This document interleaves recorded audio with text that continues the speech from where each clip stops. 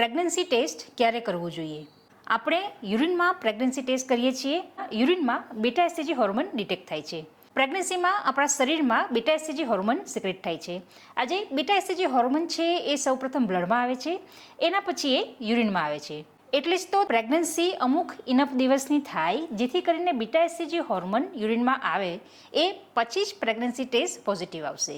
જો pregnancy test ખૂબ જ જલ્દી કરવામાં આવે તો તે નેગેટિવ આવશે. જો તમારું સાયકલ રેગ્યુલર હોય 28 થી 30 દિવસનું હોય તો તમને તમારું પીરિયડ મિસ થાય એ પછીના 5 થી 7 દિવસ પછી તમારે પ્રેગ્નન્સી ટેસ્ટ કરવો જોઈએ. જો તમારી ઇનફર્ટિલિટીની ટ્રીટમેન્ટ ચાલતી હોય, તમે ઓવ્યુલેશન ઇન્ડક્શન આઈયુઆઈ કે પછી આઈવીએફ કરાવેલ હોય તો તે સમયે તમારું પીરિયડ મિસ થાય એના 2 થી 3 દિવસ પહેલાં જ તમારું બ્લડ સેમ્પલ લેવામાં આવે છે અને બ્લડમાં બીટા એસસીજી હોર્મોનનું લેવલ કેટલું છે તો તે ચેક કરવામાં આવે છે, જેના પરથી જાણી શકાય કે તમે પ્રેગ્નન્ટ છો કે નહીં. જો આ સમયે યુરિનમાં પ્રેગ્નન્સી ટેસ્ટ કરવામાં આવે તો તે નેગેટિવ આવશે, એટલે જ તમારું બ્લડ સેમ્પલ લેવામાં આવે છે અને બ્લડમાં બીટા એસસીજી હોર્મોનનું લેવલ ચેક કરવામાં આવે છે.